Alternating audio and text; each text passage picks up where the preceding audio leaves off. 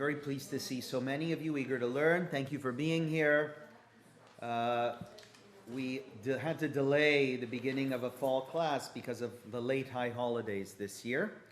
But I hope we have enough sessions to cover what I hope will be a very interesting class on matrilineality and patrilineality in Jewish history and Jewish law, the development of those notions from the Bible through the rabbinic literature, through the medieval period, and today. I think we booked 3 classes. We'll see how much we can do in the 3 classes, because I'm going to Israel after then. I might add one more. I might add one more class at the end, after I get back from Israel, because I want us to come full circle at some point and have a discussion at some point, and I'm not sure we're going to be able to get there in only 3 classes. So this class begins at 9:45, ends at 11 o'clock. The next 2, at least Monday mornings. The classes are live streamed. That's why we're here in the chapel. So you have to be comfortable if you're speaking that someone might hear you. And they're also recorded on audio. So I'm recording it right now on audio. In case you miss a class and want to review it, you can let me know and I can send you my recording of the class. This is not a class that requires all that much beginner's knowledge.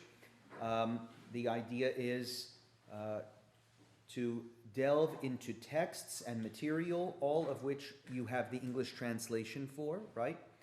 And to think originally about what sources mean in their context before we jump into, okay, what does that all mean for today? That question we save to the end. Right now we're going to start with trying to understand texts in their context. I want to just give, by means of introduction, a couple of words on why this is an important topic today.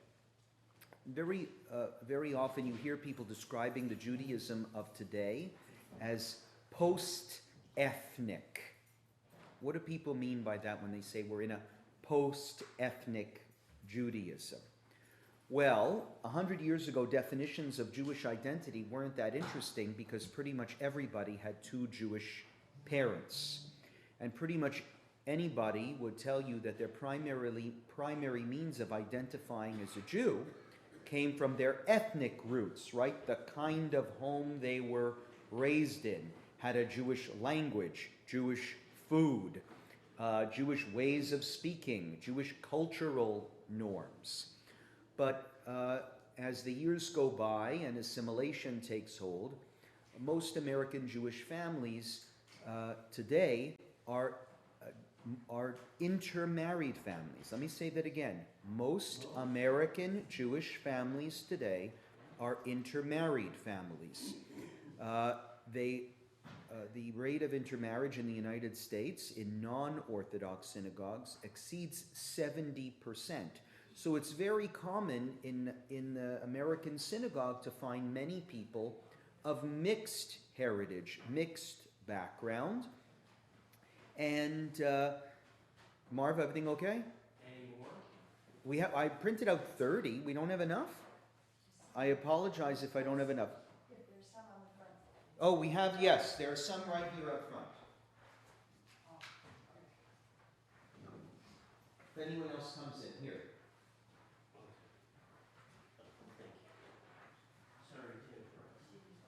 Oh, I want to say one more thing.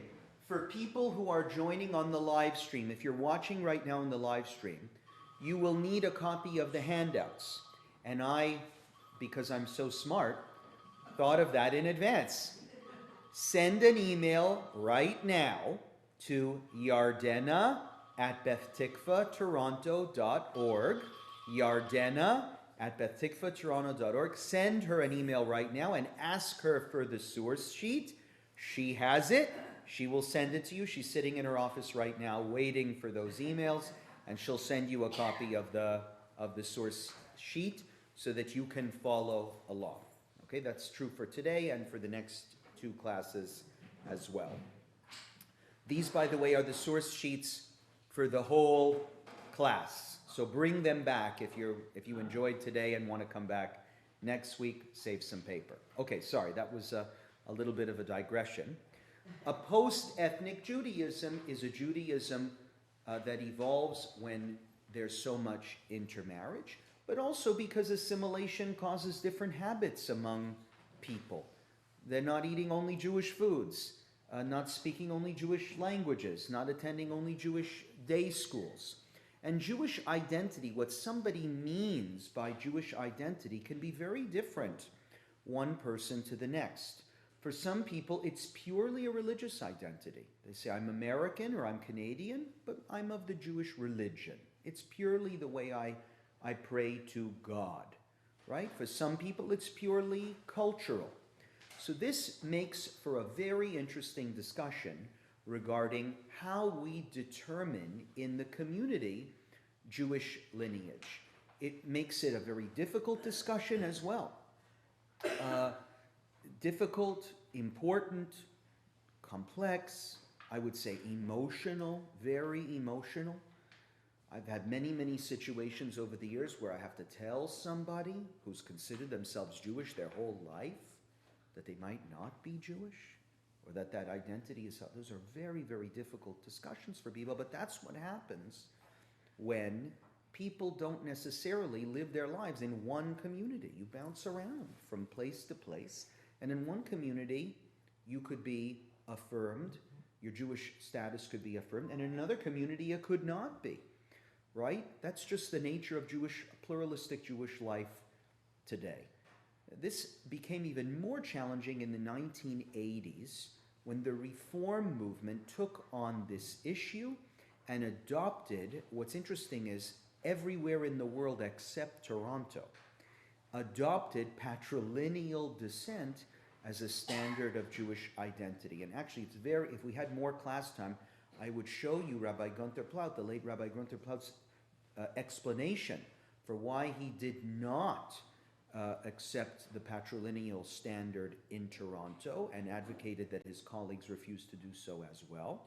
But if you think about it, today it's almost silly. If you're a movement, how could you be Jewish in one synagogue and not Jewish in another synagogue, right? So already today we're a generation later. This change happened in the 80s. We're now a full generation later. In other words, we have the children of these couples, and it's almost silly that a Holy Blossom or a Temple Sinai would say to these kids who may have moved here from the United States that because of that move, you're not Jewish anymore. So there's a lot of pressure in the Reform movement to revisit this issue in Toronto, right? And here in the conservative movement, where we have many of those kids knocking on our doors, marrying our children, right? There's a lot of intermingling between the Reform and the conservative movements. This presents a big challenge. Like I said, we have to tell people who may have considered themselves Jewish their whole lives that in the conservative movement we don't accept them as Jews. So this is a very, very complicated and emotional topic.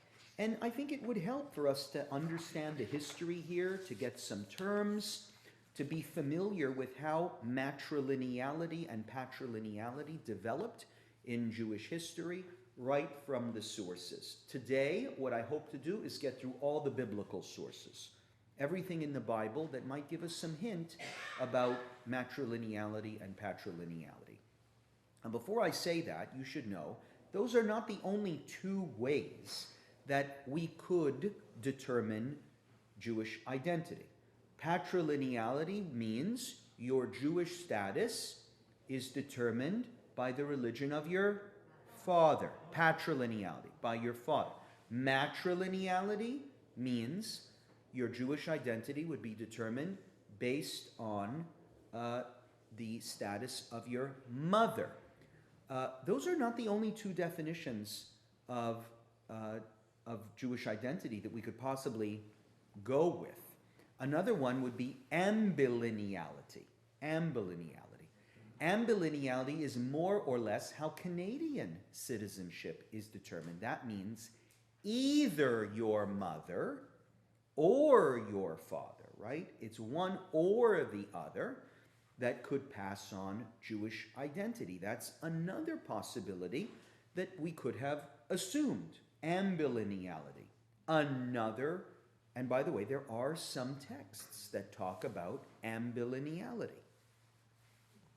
Another possibility is duolineality. And there are some texts that talk about duolineality.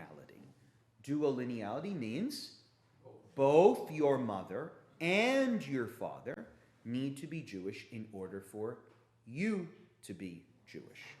And there's yet another possibility that you might be uncomfortable with, but easily could have developed in Jewish practice, and that is the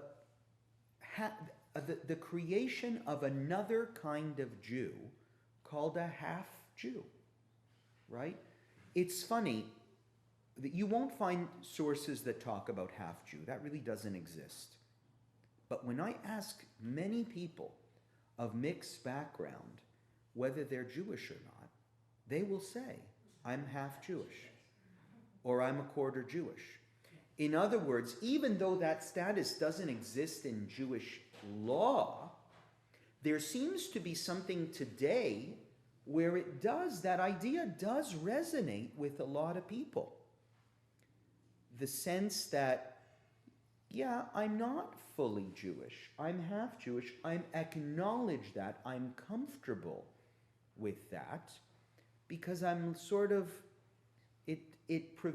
I would say, the reason many people are comfortable with that is because it doesn't force them into one box or another. I'm on the edge. I'm half Jewish because and it's funny, I've had discussions with people whose mother is Jewish, and they say, I'm half Jewish, and I say, no, you're fully Jewish. Your mother is Jewish, that means you're fully Jewish. No, I'm not. I'm half Jewish. You know a good example of this is? Bill Maher is on TV, been a great spokesman for Israel. Bill Maher, I believe his mother is Jewish, but he doesn't call himself Jewish.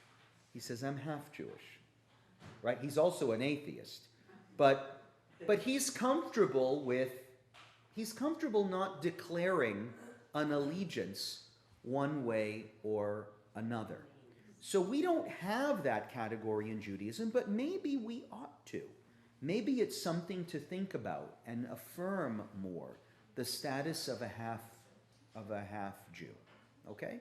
For anyone who's coming in now, there should be some extra handouts, a couple of extra handouts that I prepared. So today, let's look at the biblical sources, what the Bible says about the children of Israelite parents and non-Israelite parents.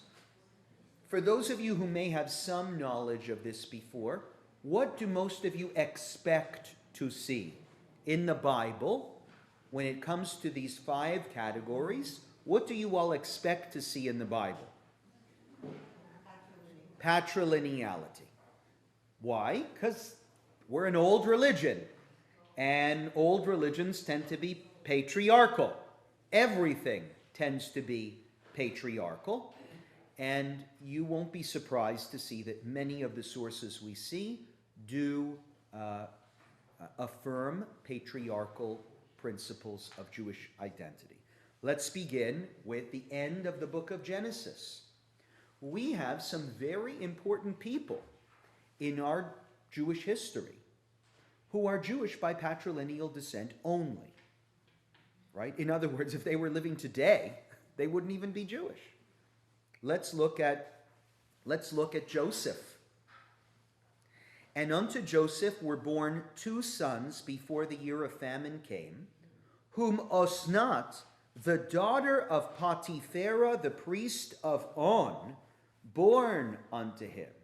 So Joseph's wife, who we don't really talk about very often, she's not just a non-Jew. She's a very important non-Jew. She's the daughter of a priest, right? This is the woman who gives birth to Ephraim and Manasseh, Joseph's children. Joseph called the name of the firstborn Manasseh, for God had made me forget my toil, and the name of the second he called Ephraim. These are the heads of tribes, Ephraim and Manasseh. Excuse me, we bless our children on Friday night, may God make you as Ephraim and Manasseh. We don't think about it too often, but we're blessing our children to become like people who today would be considered Gentiles. So this is an interesting source, both because it reminds you that things were not always the way they used to be, right? Things were not always the way they are now. We were not always a matrilineal religion. But also, we have some very important people in our history. So when I meet patrilineal Jews, I'm very careful. Be careful when you say, "Oh, you're not Jewish."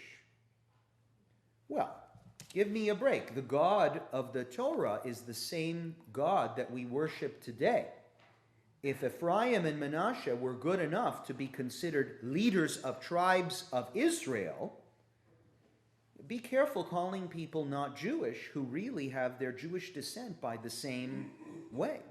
Now, you might say, well, this is before the Torah was given. So the rules maybe were different before the Torah was given. So let's look after the Torah was given. The second source. This is an interesting one. The middle of the book of Exodus. If you buy a Hebrew slave, he shall work for 6 years and go free in the 7th. Let's leave alone all the questions about slavery in the Bible. That's a whole other class, right? Let's just try and deal with the framework from a legalistic perspective. If you buy a Hebrew slave, he shall work for 6 years and go free in the 7th. You know about this, right? The 7th year is Shnat HaShmitah. All slaves go free. So he's a Jewish slave. If his master had given him a wife, and she gave birth to children, the woman and her children remain with the master, and the slave goes free alone. Now think carefully about this. At first, you might read this text and say, oh, there's something matrilineal here, because the children are staying with her, right? After the 7th year, the Hebrew slave goes free, goodbye, but the master keeps the wife and the children. So you might say at first, oh, I guess the children are the property of the mother. That affirms a matrilineal principle, right? But read it carefully. That's not what's being said here, right? The Torah says, "Ha'isha v'yiladea tihiyeh la'adonea v'hu yetzeh begapo." The woman and her children shall be the master's. He will go free by himself.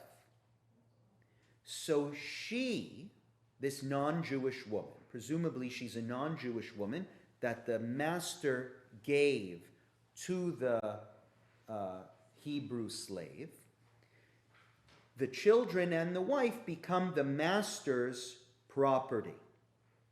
You might think that they're staying, that the children are staying with the master because they are the offspring of a non-Jewish mother. But that's not really what's going on here. This is the rule specifically with respect to a slave woman owned by the master. If you look at the text carefully, it's because he owns her. It's the woman that he gave. Why is the master giving this woman to the slave? Well, he needs more work. He needs more workers. So he didn't give her to his slave to become his property. He still owns her, the non-Jewish woman, and he owns her children too. That's what's actually going on here. In other words, the whole reason that this law probably has to be here is because of the assumption of patrilineal descent. You might assume that the children go with the slave when he goes free. Why? Because patrilineal descent. You go with the father. But the Torah is clarifying here. It's true we believe in patrilineal descent, but we have another principle that's more important than patrilineal descent, and that is that the children of a slave woman, a maid servant, belong to the owner of the maid servant, not the father. Are you following me? It's a bit complicated. This seems like a matrilineal thing, but it's not. It's actually an affirmation, if you think about it, that the children of the maidservant belong to the master. Okay? I know this raises a whole lot of ethical problems, and what the heck is this doing in the Bible? Like I said, it's another sermon.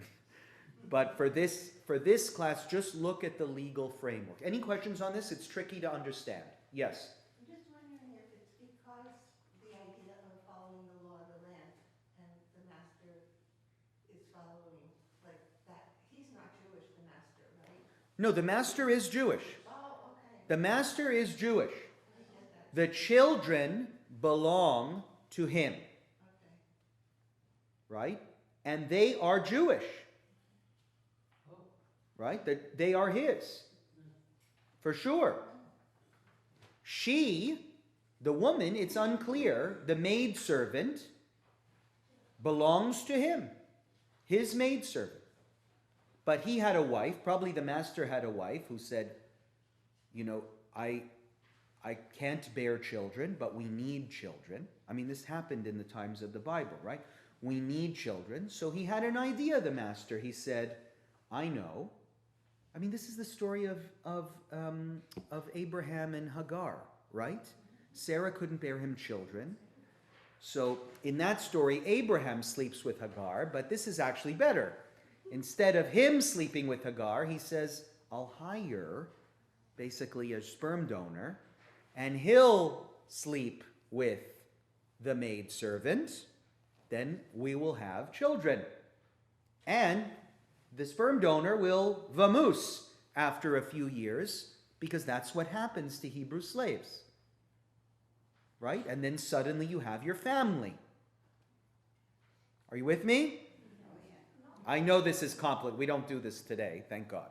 So to sum it up, ownership equaled religion, in that if you owned that woman and those children, and you were Jewish. No, I don't think it's ownership. It's a good question. It's a very good question, but I don't think here it's ownership, because it makes clear that it's an Eved Ivri. The father, both the natural father and the master are Jewish, right? So the children are Jewish. The question here is not whether they're Jewish or not, it's whose children do they belong to? So that's why the Torah is clarifying they don't belong to the master. They don't belong to the slave. They remain the property of the master because the master owned the mother.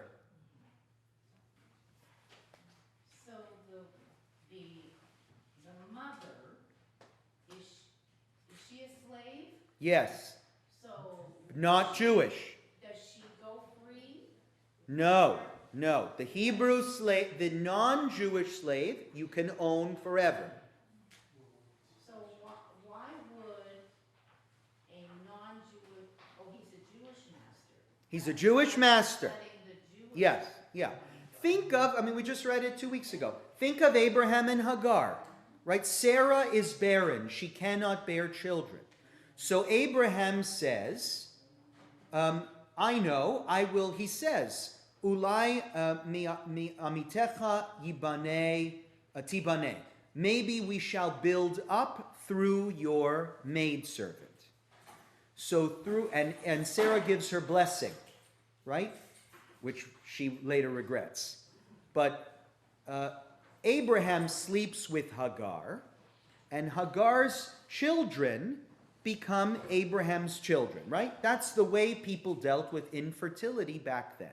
This is another way of dealing with infertility that's a lot better.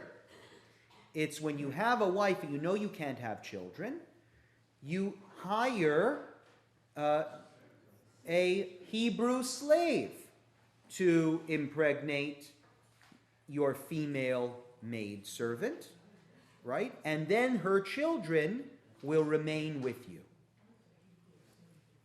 So, when I read this, it's not clear that these children are going to become his children the way Ishmael becomes Abraham's son.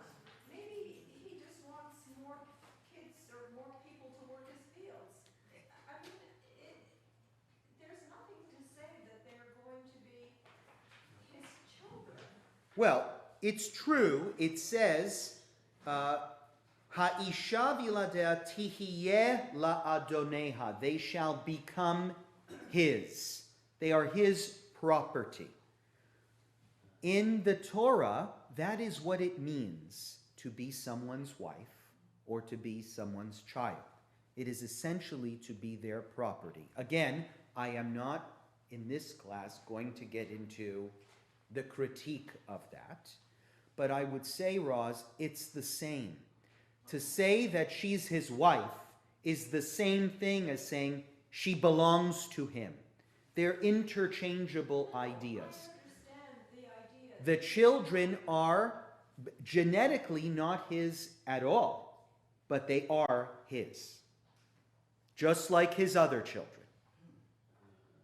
His wife and his children, tihiena, they become la'adoneha, his property. But how do you know they're going to be his children and, get ballet lessons and skating lessons? Okay, now you're getting into family dynamics, is he? So here is he going to treat them as well as he treats his other children? Well, think about it. I don't know the answer to that. No, he might have other children. He might have, we don't know if he has other children or not. If he doesn't have other children, maybe he'll be very nice to them. These are his kids. I'm questioning whether they will become his children. I mean, I know. You're asking a question that I don't have an answer to, which is, are they really going to be his kids? I don't know. But legally, the question is legally, right? I need to know by the law who is the father of these children. And the law in the Torah is that when their birth father, when their genetic father leaves, they become the master's property. They become his children. So, is this a pre-agreed condition with the slave? Good question. I hope so. And what if the slave wants to hang around and doesn't want to go free after 7 days? Wants to hang around So the question is, I'm just going to repeat your question in case people can't hear. What if the slave sticks around? Well, according to this reading, it seems to me it only applies when the slave leaves. Because it says, Vehu yetze begapo. They become his property and he leaves. Another way you could read this verse is, he must leave. It seems to me that is a plausible, again, with this interpretation, it seems to me that is very plausible. And probably the wise thing to do. If you're going to take this guy's children, it's better that he leaves. It's too complex having two people in the house, two men in the house, and one is your adopted father and one is your birth father. It doesn't make sense. So I believe once the children are born, he needs to go. What if the mother wants to hang on to the baby and doesn't want No, she can. No problem. She can still stick around. There's no question who the mother is here. The mother is the maidservant. She can stay around as long as she wants to. He probably wants her to stick around. But this is what I'm using this source to show you that it might sound matrilineal, but it's not. It's patrilineal. Nobody really cares what she does or who she is. It doesn't matter. The children become the master's property. They go to him. It's another affirmation that even through this adoption process, nobody cares who your mother is. It's who your father is.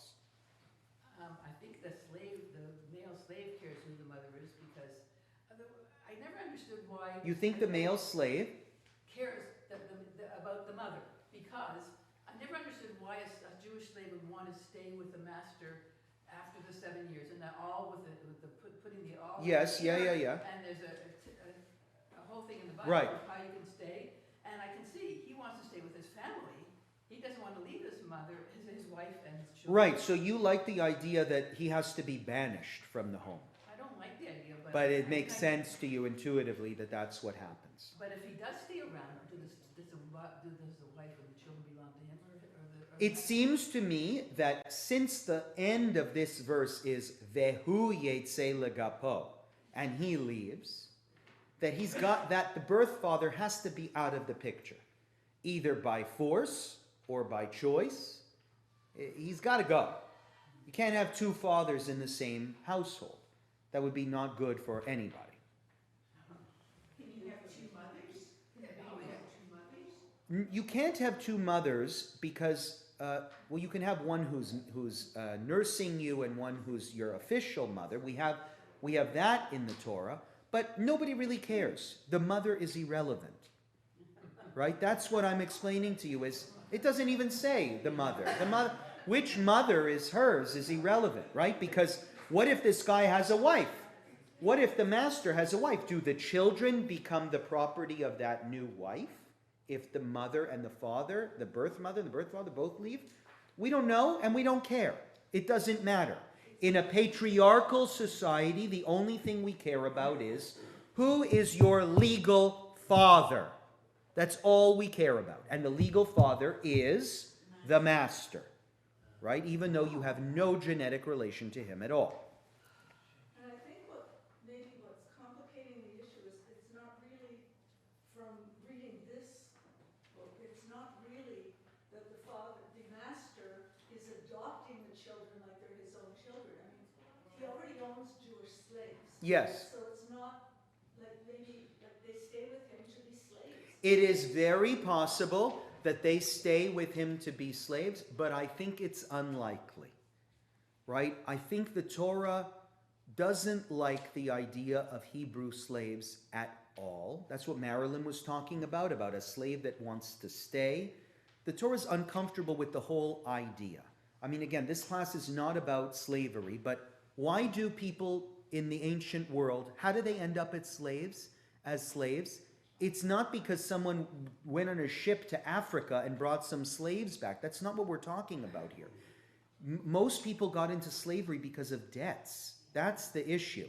So there was a Hebrew slave who owed money to somebody and couldn't pay it back. And the economic system of that time was, okay, well, I'll give you my labor instead of my money, which I can't give you. Right? And so I don't believe that these children become slaves. You're thinking too much about sort of African slavery. I think they become his children. That's something different. Now, in those days, was being a child any different than being a slave? Right? I don't know. I can't answer that question. Probably not as different as we would hope it would be. Your children were there to help you and take care of your parents and plow the field and whatever. That's what I'm offering. But you become their property, their legal property. I would not say that you become their slave. You become his children, and you get treated as bad as a slave. Yes, yeah. The children are not, they're brought up to be Jewish. They are Jewish. They are Jewish, definitely. Right. Okay, but our lineage, going further ahead, like, I don't know, I don't understand. Like, you're the So what I'm offering is, we learn from Joseph that before the Torah was given, Judaism was passed down by the patrilineality. Clear. You might say that's before the Torah. So I'm now showing you a verse after the Torah. And the Torah again says the children are Jewish because their father is Jewish. Right? So the Torah is so far quite consistent. Judaism by the father. Another verse that I think might testify to the same thing. This is in the middle of Vayikra.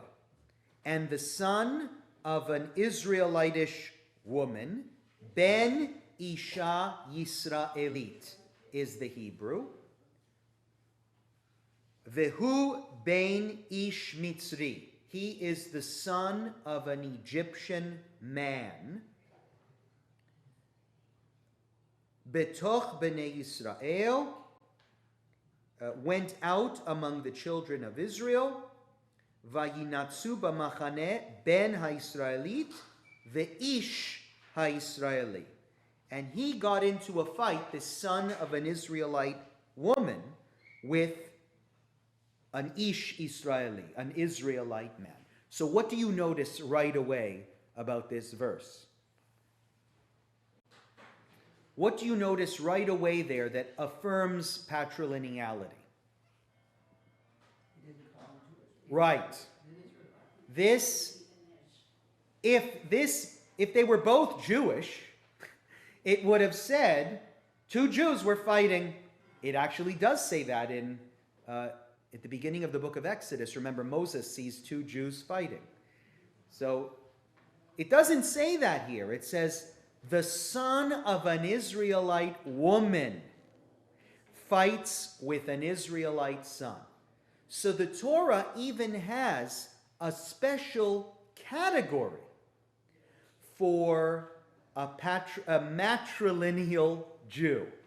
He's called Ben Isha Israelit, a matrilineal Jew. Now, what's he doing there in the camp?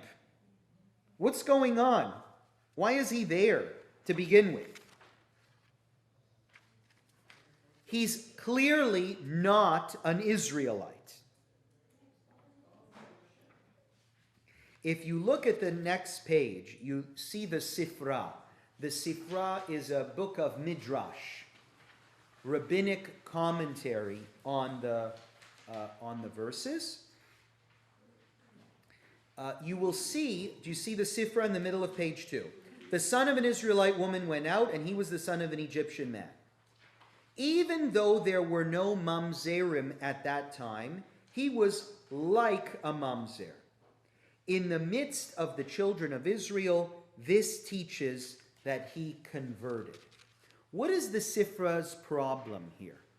The Sifra is asking, well, if this guy isn't Jewish, what's he doing there? Right? Like, it says that his father is Egyptian. The presumption of the Bible is patrilineality. In other words, you should be in Egypt. Your father is Egyptian. Yes, your mother is Jewish, but when he married her, he should have taken her to Egypt to live together. You assume the identity of your father. Why wouldn't you call him an Egyptian? An Egyptian fought with a Jew.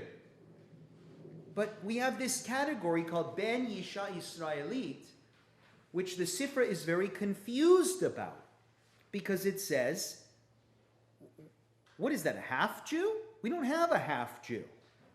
Is he Egyptian or is he Israelite? So the Sifra answers, he must have converted. He's called Ben Yisha Israelit and it says Betoch Bnei Yisrael in the verse. So the Sifra says, oh, that means he converted. Now, that's ridiculous. It's not true that he converted. But that's how the Sifra makes its peace with this question. It's asking a question, what is a matrilineal Jew? If you think about it today, go back to my opening remarks, it relates. What is a patrilineal Jew? Is that a non-Jew? Is it a half-Jew? Is it a Jew only in the Reform movement? Like, we are very uncomfortable. We don't even know what that is, a patrilineal Jew. So the Sifra has the same question about a matrilineal Jew in the time of the Bible. Ben Yisha Israelit, the Sifra says, must be somebody who's in the camp because he converted to his mother's religion. Are you with me? Okay, let's keep going. Did you have a question, Merle? Was there? No? I saw a hand up. Okay. Let's keep going. It was mine. Yes. So here we're talking about the biblical sources for patrilineality. Yes. Were those the sources that the Reform movement used as they went forward with patrilineal decisions? I think certainly their argument was made easier by the fact that we have not been consistent, right? The whole idea of the Reform movement is we change with the times. And whenever they want to say we should change this with the times, they have an easier time speaking about this when they can refer to a time in Jewish history when we actually practiced this. Right? So we have to contend today with the fact that part of what they're saying is true. That Judaism, as created by the rabbis, which is when we're going to see the first matrilineal principles, that the Judaism created by the rabbis was very different than the Judaism that existed prior. Our argument with them is, but now we're rabbinic Jews. Like, after it changes, that becomes your religion. You don't go back to the way it was practiced in the Bible. That was a different religion than Judaism. So that's another discussion maybe we can save for a final class, but I'm sure for you it's sort of obvious, right? Okay, let's look at this passage, a very, very important passage from Devarim. These are the verses which prohibit intermarriage, but I want you to look at it very carefully because these verses become very important for next week's class. How we understand this verse. Let's read it carefully. When the Lord thy God shall bring thee into the land, whither thou goest to possess it, and shall cast out many nations before thee. This is talking about when the people enter Israel after the 40 years in the wilderness. You're going to go into a land filled with goyim. Worse than goyim, idolaters. And when the Lord thy God shall deliver them before thee, and thou shalt smite them, neither shalt thou make marriages with them. Lo titchaten bam. You're going to go there, and you're going to find other nations, the 7 Canaanite nations there. You are not to marry them. This is, by the way, the biblical prohibition against intermarriage. And there's a debate whether this only applies to the 7 nations of the land of Canaan, or whether it applies today as well. But this is the key verse. But look at the next part. Thy daughter thou shalt not give unto his son, nor his daughter shalt thou take unto thy son. Now, did I read that correctly? Now, why do you think that verse is there? It already says, don't marry them. The Torah does not use words, for no reason. There must be some added information here that's important. Don't marry them, comma. Don't marry your sons to them, and don't marry your daughters to them. To me, it's rather obvious, given all the sources we've learned before. Sources which affirm that Judaism, your Jewish identity, follows the Father, that a person might think to themselves, it's no big deal if we give our sons to them. Do you understand? And it's no big deal. Why? Because it's a patriarchal world. And if one of their daughters is cute, my son will marry her. Their children will be Jewish. What's the big deal? She'll become his property. I think that is why the Torah adds not your sons and not your daughters. It's a special warning. And the next verse, I think, only proves that more. Because it presupposes the question, well, what's the big deal if we marry the women?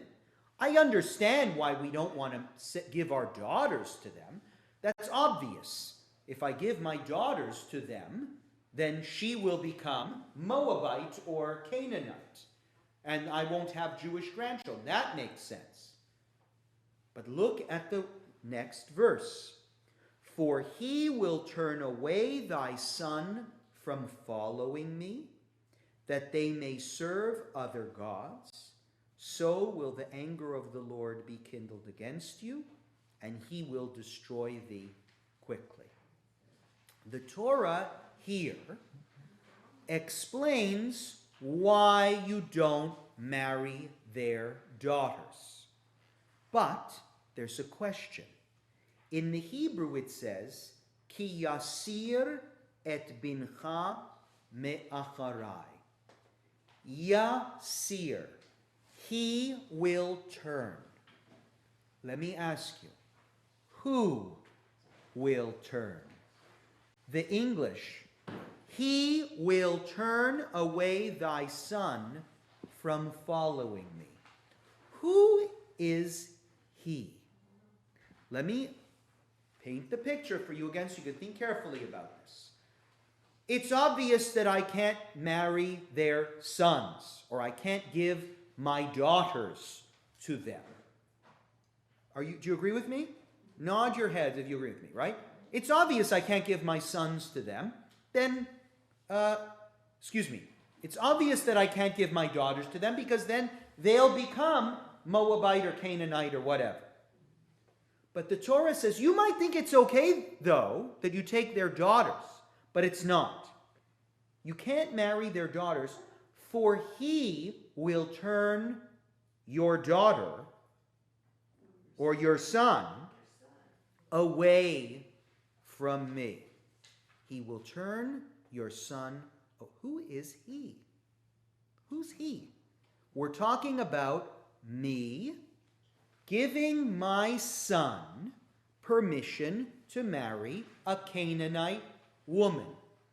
I tell my son, I give you my blessing to marry the Canaanite woman because you can still produce Jewish grandchildren for me, and she's going to live here with us.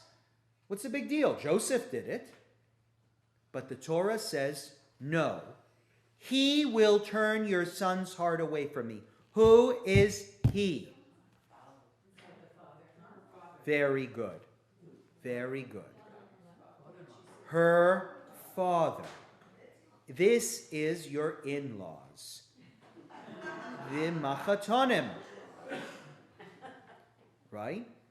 That seems to be the only he there is in this picture that could possibly be an influence against my son.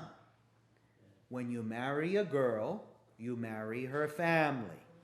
And he's going to be around, and maybe he, your father-in-law, is going to be an influence on your grandchildren, and they might be more attracted to his paganism than he will to your Judaism. This is the first time in the Bible. This is not matrilineality. I want to be clear.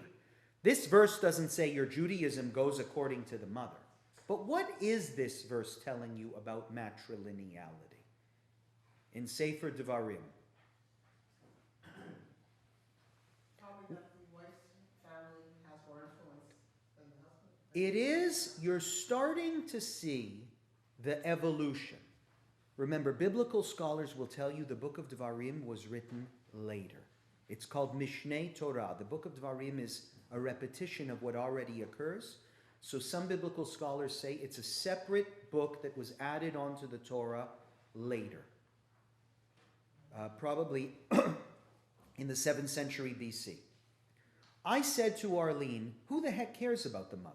When we were talking about that story, about the complicated Hebrew slave scenario, I said several times, nobody cares about the mother. Her status, who she belongs to, irrelevant. All we care about is the man. He determines whose property the children, whose property the children are. Suddenly in Devarim, we care a little bit about the mother. I'm not saying, and it's clear, that this doesn't mean that the status follows the mother. The children's Jewish status is still dependent on the father in Sefer Devarim. But who the mother is not irrelevant. If it was irrelevant, the Torah would say, it is permissible to marry a Canaanite woman, just not a Canaanite man.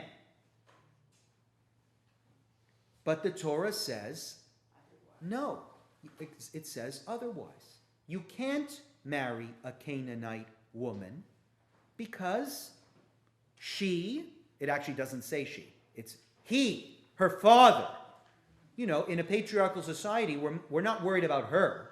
She's irrelevant. But her father isn't. Your in-laws aren't. They're going to go to his house for Christmas, and he's going to be drilling their head with Christianity or whatever. Right? So isn't this interesting to me? Did you expect this? I asked you, what do you expect to see in the Torah? Patrilineality, patrilineality, patrilineality. Yeah, you're right. But suddenly, in the Torah, we're still in the Torah, the mother's role starts becoming more and more relevant. We can't ignore her influence, or the influence specifically of her father, on the people. And that's why. It's interesting. The whole prohibition against intermarrying with a non-Jewish woman is about her father, not about her. But you actually have a text that goes back and talks about the mothers. And that goes back to Sarah and Hagar. Yes. And Hagar always considered herself an Egyptian. Ishmael was her son and Abraham's. And when Sarah saw how Ishmael Yes. was influencing Isaac because of the Egyptian heritage. Right. I mean, they don't. That's right. say that. It's clear, and I can give you other verses about the seductress Moabite women that right in the wilderness. The Torah is filled with examples of women who are present enough to seduce or impact the Israelite men in negative ways or positive ways.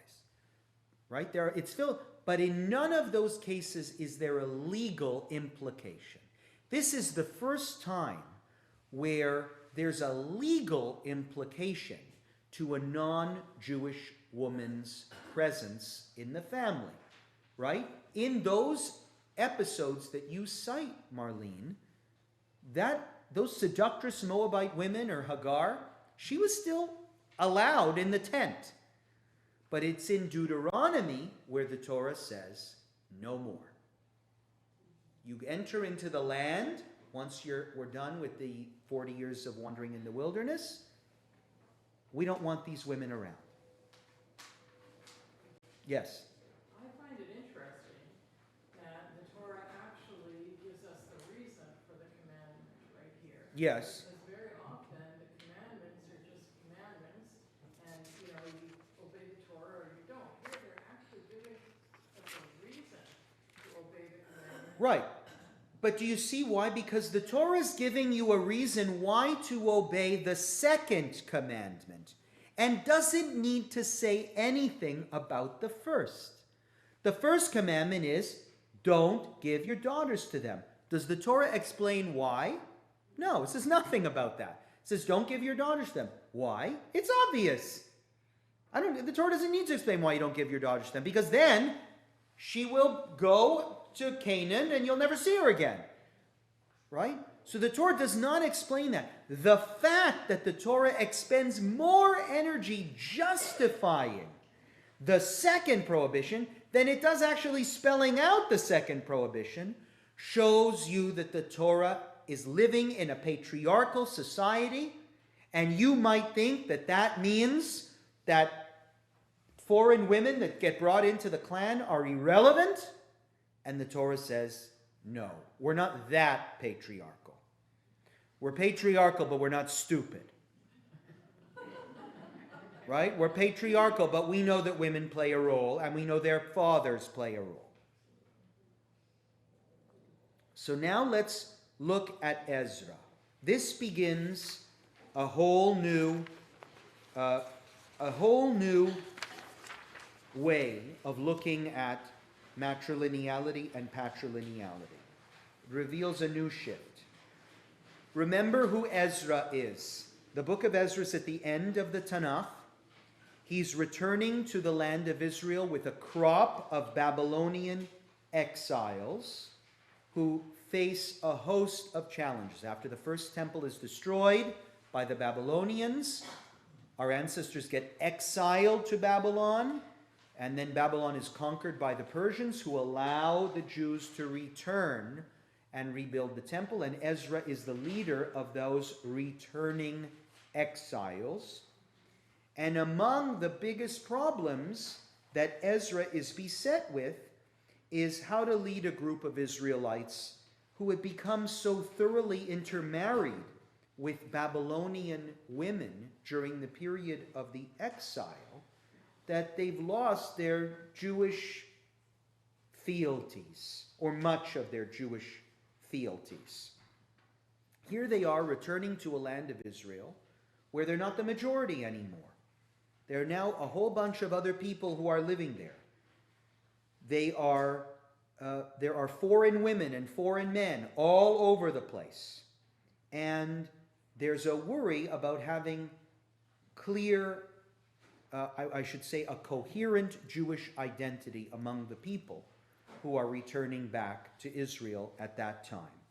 So Shechaniah, who's one of the people who's returned with Ezra to Israel, offers a problem to Ezra, related problem to that, and also proposes a solution. Let's read this very carefully. In the English, this is on page 2. Marilyn, can you read this for us? And Shechaniah, the son of Yehiel, one of the sons of Elam, answered and said unto Ezra, we have broken faith with our God and have married foreign women of the peoples of the land. So you understand, he's saying, he just came from Babylon. In Babylonia, they intermarried with Babylonian women. And he says, look, we're coming back now, and we've got all these foreign wives. Yet, now there is hope for Israel concerning this thing. Now, therefore, let us make a covenant with our God to put away all the wives, and such as are born of them, according to the counsel of the Lord, and of those that tremble at the commandment of our God. And let it be done according to the law. Arise, for the matter belongeth unto thee, and we are with thee. Be of good courage. And so what's Ezra's response? The problem is, let's go through this very carefully. Shechaniah says, we've got a problem. We've got all these foreign women in our midst. Let's dump them.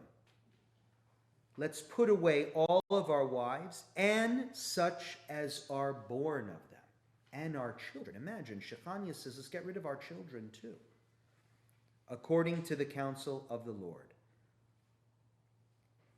Arise, for the matter belongeth unto thee, and we are with thee. That's Ezra speaking. Be of good courage and do it. Ezra says, in response to Shechaniah's plan, that's a good idea. You should do it. There are two things that I think are very clear from this passage. First, there's no question here that the background assumption is that the Israelite community is patrilineal. You agree with me? The background here is patrilineal. These wives and these children are with us. That means, look, they're our children. These are our wives. They're our property. There's no question here that in Ezra's time still, and this is for sure 5th century BC, we still have a patrilineal Jewish community, right?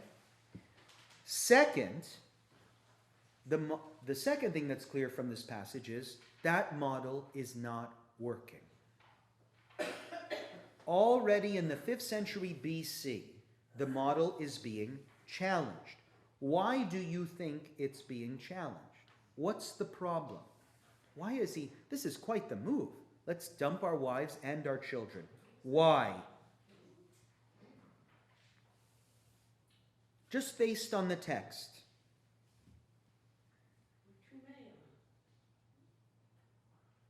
They've influenced them too much. That's what I think. It's not just, I would offer, it's not just that they've influenced them too much, but they're influencing them too much for the task at hand. Shia Cohen has a book called The Beginnings of Judaism, a very interesting book. He's a professor at Columbia. He says this is a challenging, very challenging passage because you might think that this is the beginning of matrilineality, right? Why would I think that this is the beginning of matrilineality? Because they don't mention the women. They don't mention the women to get rid of. Like, Well, think about it. You're getting rid of No, your no, no. children. It's not the women, not- it's not your... the husbands, the men. I meant the non-Jewish men. It's not the men. Why would this be the beginning of matrilineality? Look carefully at the verse. Because it's associating the children. with That's right. It's not the women. We already know from the book of Deuteronomy that the women shouldn't be welcomed into the community. But this is new. The children of those women in a patrilineal world should remain in the community. But here, Shechania is saying, we need to get rid of them too. So this sounds like the beginnings of a matrilineality. Go back to that verse about the Hebrew slave. In that, in the book of Exodus, in that context, the children went with the slave master. They don't go with their mother. The mother's irrelevant. They remain with the master. That's what the point was of that verse. Nobody cares about the woman or her voice or her rights. She has none. We're talking about which man those children belong to. Does she belong to the Hebrew man, or does she belong, to the slave man or to the master man? In the book of Ezra, these children go with their mothers. Get rid of them and get rid of their children. So Shia Cohen says, you might think this is the beginning of matrilineality, but it's not. That is, we have evidence from this time that, and later years, that it's not for a few centuries when matrilineality becomes important. So I say that because I believe the reason why the Shechania proposes getting rid of those wives and getting rid of their children isn't just about the foreign influence of these wives and those children, but about what they need to do at that particular time in Jewish history. This is very interesting. Talk about a Judaism that changes, that evolves, that tries to understand what it is we need in our day. Shechania comes to Ezra and says, look, we married all these Babylonian women in Babylon. No problem. That's just what everybody was doing, and it was okay there. But things have changed. God has now renewed his covenant with us. We're back in the land of Israel, where we're a small minority. We're living in Kirkland Lake. I say that because this chapel comes. In other words, we're like 2% of the Jewish community among a lot of goyim, and we have big work to do. We've got to re-establish the Jewish community here. We have to build a school. We have to build a synagogue. We have to build a temple, right? We've got to restart everything from scratch. We need people who are 100% committed, convicted, people who are intense about their Jewish identity, and these half-Jews who've been raised by by non-Jewish mothers are not good enough. They're not going to cut it. When we bring them into the Canaanite land, they're going to do what the people do in Kirkland Lake. They are too, I'm sorry with all that. You know what I mean, Roz. You're nodding your head. I'm trying to give you a modern context to understand. Look, it makes sense. These questions of Jewish identity in the diaspora are very different than questions of Jewish identity today in Israel. I'm not worried about assimilation in Israel. You're in a predominantly Jewish culture. They don't think as much about these issues. We think a lot about it here in North America. People who do not have, this is a fact, people that do not have two Jewish parents are much less likely to remain Jewish than if you have one Jewish parent. That is a fact. You can look it up at the Pew Study. Jack Wertheimer's paper on the Pew Study calls it two kinds of Jews. He says it's so radically different the way a Jew with two Jewish parents turns out than a Jew with one Jewish parent turns out, that it's like two different Jews, two different complete realities. And I think that's what was going on in the time of Ezra. In the time of Ezra, he says, we need people in the world we're living in who are so intensely Jewish to resist the assimilation and the idol worship that's all around us that we need to get rid of these children and these women. And it's so fascinating to me that we could we're ready to do something so extreme. Ezra in the community, and it didn't even come from God. It didn't come from Ezra. It came from just people who could clearly see these times call for desperate measures.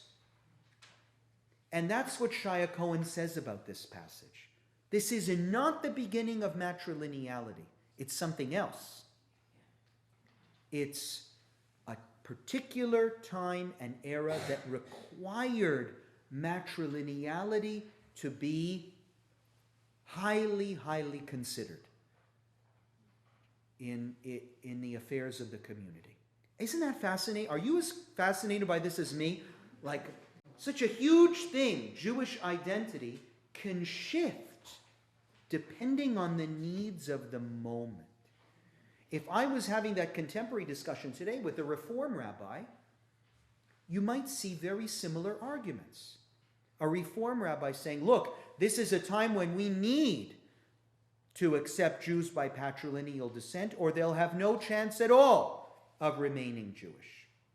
And a conservative or Orthodox rabbi saying, no, this is a time when we have to be very strict on matrilineal descent, because all the evidence shows that it takes two parents to resist the forces of assimilation in our world, right? And I would cite Ezra as evidence for that. Okay, we have 5 minutes for some questions. Refer to these children, does he keep the sons and not the... No, gets rid of all of them. All of the sons and all the daughters, they're all gone because of their mother. Ross? So I understand what is being said, I think, but it's still Of course it's patrilineal. I am not saying, right, that it depends what you mean by patrilineal, Ross. If you mean patrilineal by patrilineal descent, that is you're saying patrilineal because the men have all the power and all. That let's just assume. That's obvious. But I don't believe this text is patrilineal. No, it's With regard to the identity of children, it's significantly matrilineal. I'm sorry. Yes, it's men saying we have all the power, but these women have a lot of power over our children. Yes, except that We're going to decide what to do with them. They have no voice, no say, no rights, but they're there. We do care about them. These women are influencing our community in ways that we don't like. Yes, there's two questions. Yes, I do have a question. So more, a little bit of context for me. Yes. So they are saying to men, you need to commit. You need to commit 100%. You need to be Yep. prepared to send your wives. That's right. Your children back. It says, be of good courage. Yep, It takes courage to do this. for sure. And do it. Yeah. Okay. Can you tell me, Rabbi, what was the result of that? Did some families We lead don't an know. attack? We don't know. We don't have very few records from the 5th century BC. Right. All we have is really the texts in front of us, but I believe that the real questions here are, how does matrilineality develop as a concept which we will learn next week later becomes the standard? And I want to submit to you that things don't just flip on overnight, that there's been a pattern emerging, that even before we set matrilineality as the standard, for many centuries before that, the woman's role in the raising of her children, in the family, in their religious integrity, is being noticed. That is, breaks start happening in the patrilineal principle. It starts to crack, right? Because women are not irrelevant. Yes? So I'm wondering, I don't know, maybe you can help me out with this. Is this regardless of patrilineal or matrilineal, we want two Jewish parents.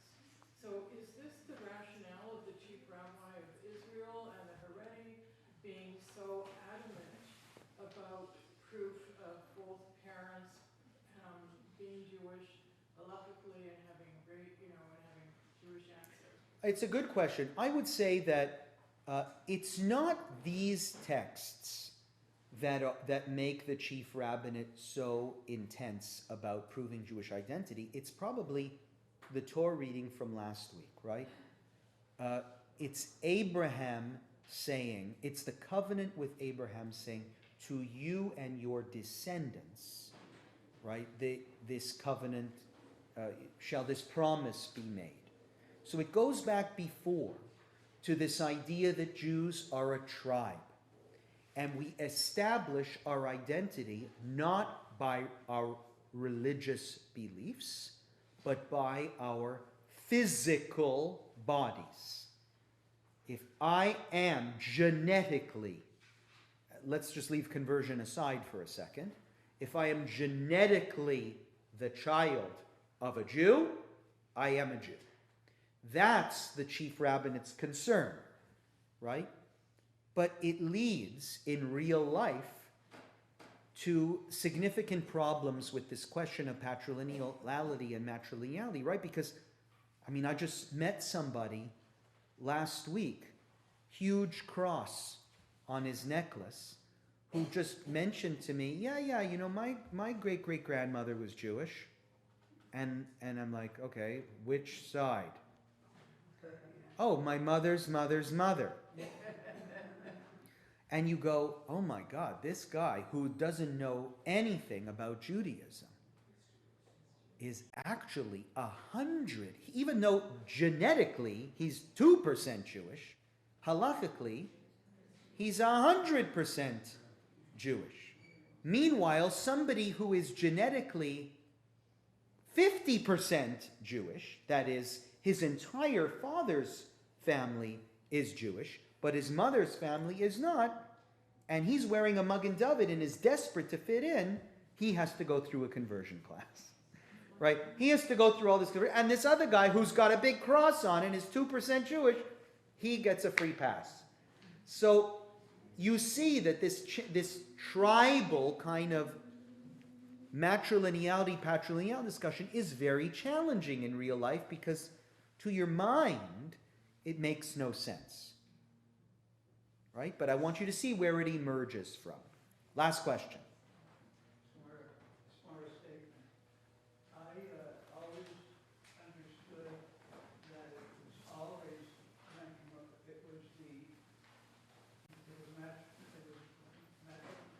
Matrilineal descent. Matrilineal in the sense that, if a Jewish woman has a child, the mother was Jewish. Yes. But the father says, I fathered this child, he's Jewish, they had no way of testing even.